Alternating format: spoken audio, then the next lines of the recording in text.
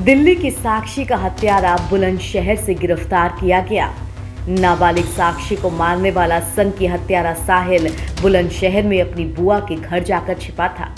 Delhi police ने आरोपी की पहचान करने के लिए उसके मोबाइल को सर्विलांस पर लगाया और इसी के जरिए उस तक पहुंची।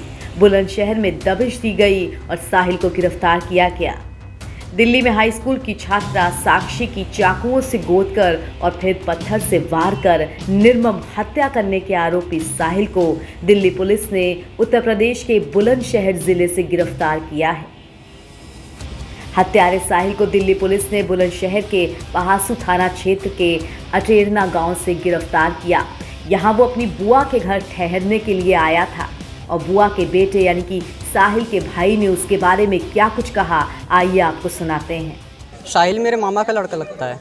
अच्छा, वो कब आया था? दिल्ली पुलिस उसको गिरफ्तार करके ले गई? आज सुबह 4 बजे आया था। किस तरह से उसकी गिरफ्तारी हुई? जी, बस आए थे यहाँ पे, पूछा मेरी मम्मी का नाम पूछने के बाद गेट को खटखटाया। फिर मैंने खोला तो बोल रहे थे साहिल है। मैंने हाँ है घर पे। तो बोल रहे थे कहाँ पे?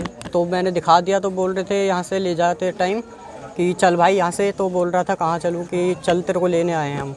तो यहाँ से लेके गए। साहिल कितने बजे आपके घर पर आया था और सुबह उसने 4 क्या बताया था? सुबह 4 बजे आया था। क्या बताया था साहिल ने? कुछ नहीं, बोल रहा था कि मैं शादी में आया था। मैंने पूछा था भैया इतने लेट कैसे आप 4 बजे सुबह में?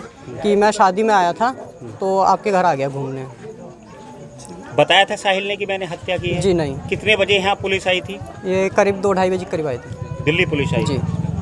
क्या क्या बरामद किया है आपके यहाँ से? कुछ ही, सिर्फ साहिल को लेके गए यहाँ से। रविवार को दिल्ली में हाई स्कूल की छात्रा साक्षी की निर्मम पूर्वक हत्या कर दी गई थी। हत्यारे ने उस पर बुरी तरह से चाकू से करीब 40 वार किए। वो यहीं पर नहीं रुका, इसके बाद एक बड़ा सा पत्थर लेकर साक्षी का सर और चेहरा भी उसने पूरी तरीके से कुचल दिया। हत्या की ये वारदात सीसीटीवी कैमरे में कैद हो गई और उसी के बाद पुलिस लग गई इस हत्यारोपी साहिल की तलाश में। जगह जगह पर दबिश दी गई।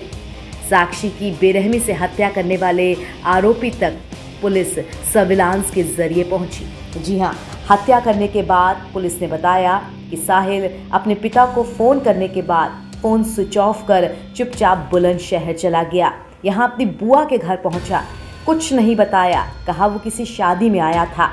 रात में चैन की नींद सो भी गया, लेकिन पुलिस सर्विलांस के जरिए आरोपी साहिल तक पहुंच गई और वहां से उसे गिरफ्तार कर लिया गया।